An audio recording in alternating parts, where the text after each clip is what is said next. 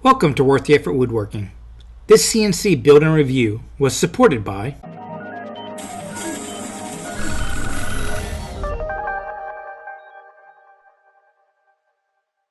Many months ago, I got approached by Inventables about sponsoring our channel, which at first sounded a bit odd to me, as online and in the brick and mortar world, I was presenting ourselves as much more hand tool oriented, so I politely demurred. A month later, they very professionally followed up. Seems they were wanting to get a very broad demographic of testers to try out the build process of their new CNC machine that they were launching. And sponsorship meant they'd provide the machine in exchange for an honest review, in air quotes. I got the feeling they were just combining broad market beta testing with promotion. So I did some investigation because I really didn't want to associate myself with companies I question, no matter what the product. In my life, there have really been only a handful of companies I've dealt with that I felt a personal connection with, and every one of them came down to the company's management. Back when ISPs were a dime a dozen, I really liked MindSpring because of the interaction the CEO kept with clients like me. The same was true with one of the first social media platforms, LiveJournal. It isn't that their products are drastically better, but it's the relationship the company keeps with the public. It's transparent and personable, which forms a very positive community around them. Makes you feel your patronage has one-on-one value for both of you. In my research of Inventables, I talked with fellow YouTubers about their dealings with the company and their experience. I perused forums, read feedback, did Google searches, and all that kind of stuff. Yes, I found people that had issues with the product. No, it wasn't all perfect, but there was something I saw that was very familiar to companies I really liked. The community they were nurturing around them was exceptionally positive and offered a lot of feedback to those people that had issues so that the community themselves actually solved the problem, which was really cool. And within that community, I was seeing the same names answering questions, accepting responsibility, reacting correctly, adjusting accordingly, and just handling business in a very positive, professional manner. And these were the top-level names interacting with the general public on almost an hourly basis. This told me a lot about the culture of the company and that their ask for an honest assessment was on the level. What Inventables didn't know is that prior to woodworking school, I was a high school technology teacher. And that with some projects I was planning for in the future, a CNC machine would be really beneficial. So after the research and what I have planned in the future, I accepted their offer, and here is my review. Now, some people might be hesitant about purchasing a product like this X-Carve because some assembly is required. There are a lot of parts to it, but it is not an overly complicated build. Anybody can do this. This is a lot like what I used to tell my HTML students. Tim Berners-Lee did not develop the language of building web pages so that people couldn't build web pages. He wanted people to build stuff for the internet. And look at all the idiotic content out there. Well, guess what? Those idiots built the web page. So it's eminently doable by the average person. The key is just to take your time, follow the instructions, and when it gets done, it gets done. The written PDF instructions I found on the Inventables website were really clear and concise. Though I did find in a few spots that the picture didn't quite line up with the text. An example was in building the spindle carrier in the Z-index. It showed an extra washer on all the rollers that wasn't described in the text. So I went ahead and added that washer in all the way across the board. What I found out was they gave you just enough washers for the written text, so I ended up going out and buying some out the end. Now, one of my big stresses in this build was losing parts because there were a lot of them. So I only pulled out enough parts to do any one step, and I tended to keep them in a little magnetized tray, especially those small parts where if I lost them in the sawdust, they wouldn't be found. Now, a lot of people are stressing that they are having to tap the screws. That is an overblown concern. Just put a little pressure on it and they will feed themselves straight through that hole. That's just the nature of tapping screws into a hole. Now, another thing I had issues with was a lot of times the instructions, they seemed overly complicated to me when a simple geometry could solve the problem. For example, when measuring out the cables, they just told you to make 3 equal parts, I just fold it over 3 times and cut the loops. There's no reason to do all that math, which reinforces the thing. Read through an entire step's instructions first, and then go back and read each part of it and do it at the same time. Now, I was concerned during the build because it didn't seem the most stable thing. But once you get everything assembled, the stepper motors have enough resistance on that belt that everything does lock in. And there are a few things that you found on the forum, such as running the Z-index's thread thing up and down the rod many times. Spend a good 20 minutes going up and down just to break it in.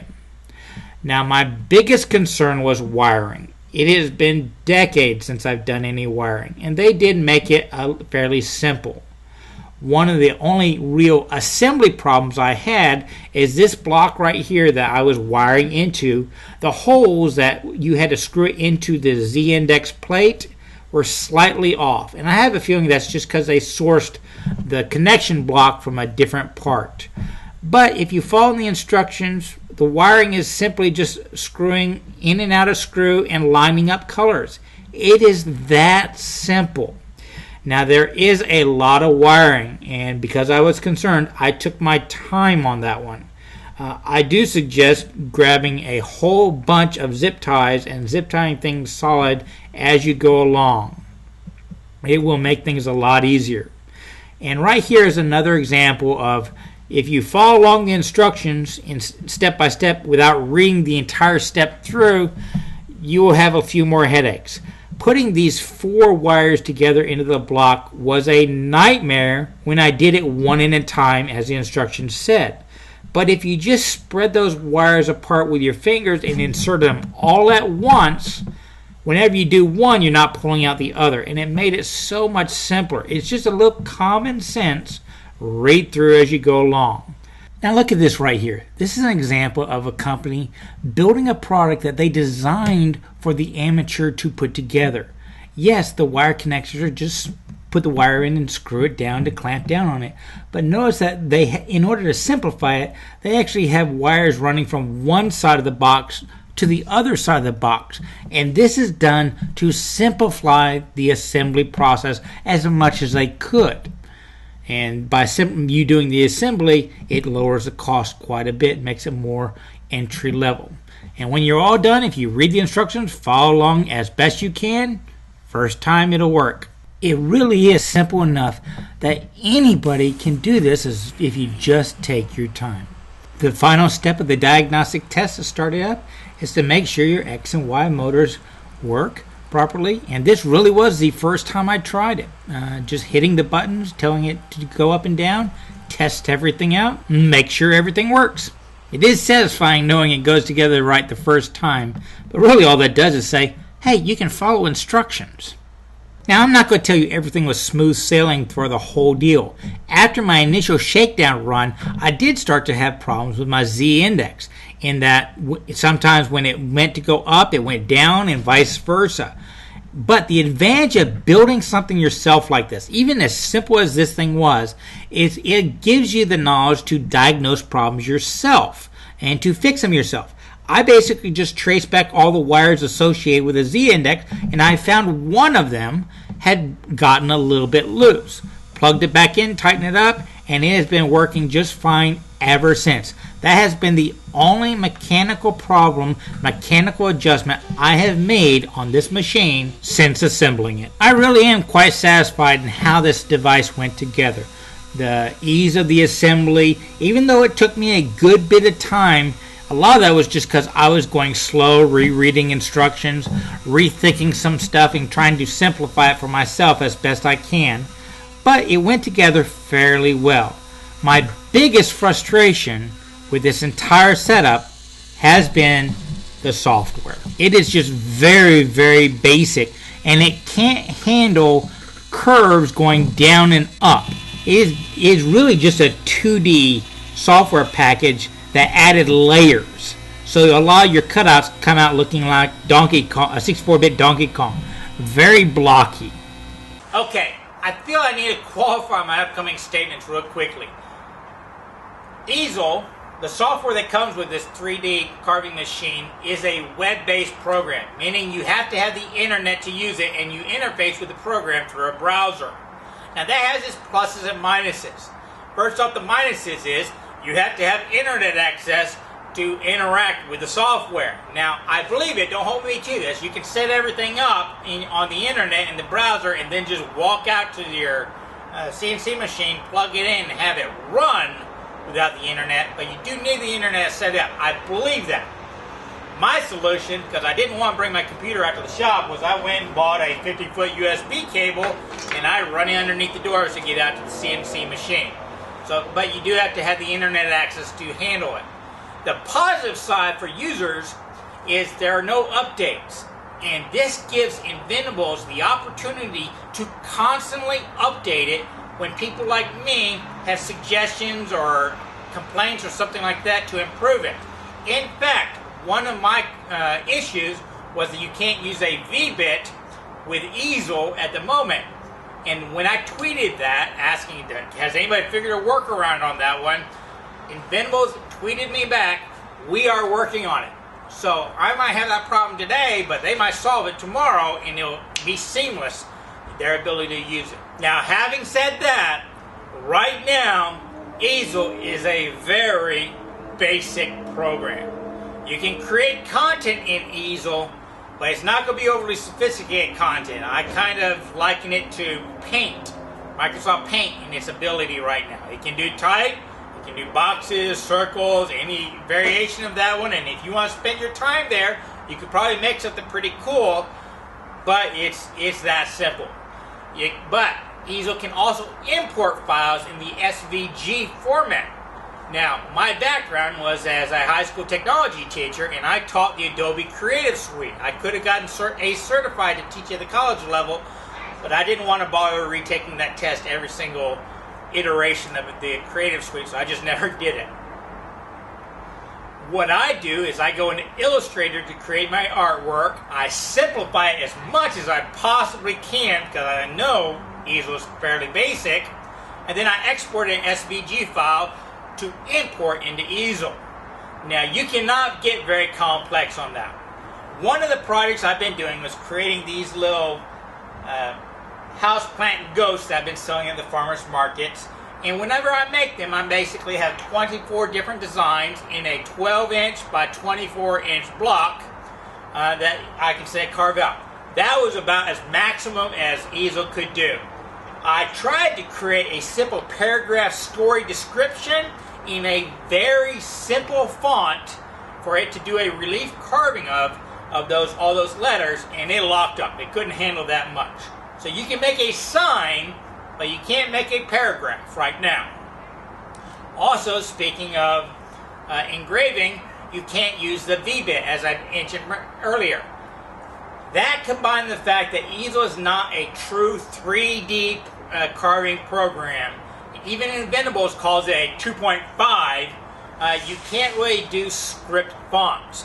If it had a V-bit and the ability to gradually enter into wood, you could have that V-bit and make those nice smooth entries, and you could have really nice text graphics.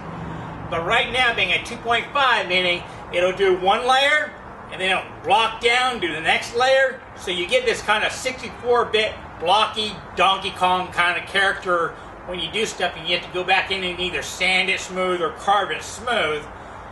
It's not a true 3D program. Now, Inventables does have another program that you can buy, but it is I believe it's a professional level CNC program that is true 3D, and it's a little bit more complex. Now, before I did this review video, I wanted to put some time in on the CNC machine, and I've done that. I've been working with it for about 2 weeks now, and I've been working it hard, probably not the way it was meant to be used. And mechanically, I haven't had any problems. I know some people have said that belts loosen up and that kind of stuff. The only thing that has loosened up is on the second time I used it, I had one of these wires loosen up, and one of these offset bolts, I don't know if I didn't tighten it up fully to begin with or it loosened up, but it did have a little bit of wiggle. It didn't affect anything, but I did adjust that. That's it. And this is how I've been using it. I started out making these ghosts. And once again, it's 12 inches by 24-inch board. I tape it down. I stopped using those clamps right away. Just two-sided tape, a couple strips of it. More than enough, a lot simpler. I taped 2 of those down. It would take a good 6 to 8 hours for the CNC machine to carve this out. It is not really a production run kind of machine. Now you could simplify it, making a simpler design or not having to cut as much, and then going back and hand doing a router, but that kind of defeats the purpose. So to make the 700 plus of these I've made so far, I would stick 2 boards down. I would start it right after breakfast. Sometime mid-afternoon, it would finish up that batch. I would put 2 more boards down. I'd start it, and then right before I went to bed, I would put 2 more boards down, and it would run basically 24 hours a day for almost a week to get all those done. That's that's some heavy-duty work in my mind for this machine. And to have nothing really loosened up, that's pretty good. The other thing I've been experimenting with is doing inlays. And this is where my frustration started coming in the basicness of Easle. I wanted to be able to do nice carvings, and the reason why I bought this layout, which I will go over in a second, was I wanted to be able to carve the edges of platters and bowls as anniversary gifts and that kind of stuff for people. To be able to customize inlay stuff. Right now, with the setup I have in the free software, I can't do that. I can do some very basic relief carving with very straight edges going in, and on these experiments what I did was I infilled those in with some powdered metal. And this is the project I will do in my next video to show how I'm using Inventables, to give you something to look forward to. And the final production thing I've been doing is I've been making these little hand mirrors. These are not overly complex design.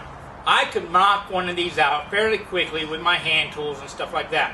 But the advantage of having the CNC machine for me is I can set this thing up with wood and have it make 12 of these over the day while I'm doing something else. For me to make 12 of these by hand might take the whole day. So it almost doubles my work time. And getting back to how I want to use these. The reason why I got this one in this setup is it basically, X-Carve right now comes in 2 different sizes, the 500 millimeter and the 1000 millimeter. This is the bigger one. I got the bigger one for the simple reason the 500 millimeter was literally an inch too small for me to do a nice 12-inch platter. And that was my whole goal with it, is I want to be able to make custom platters for people.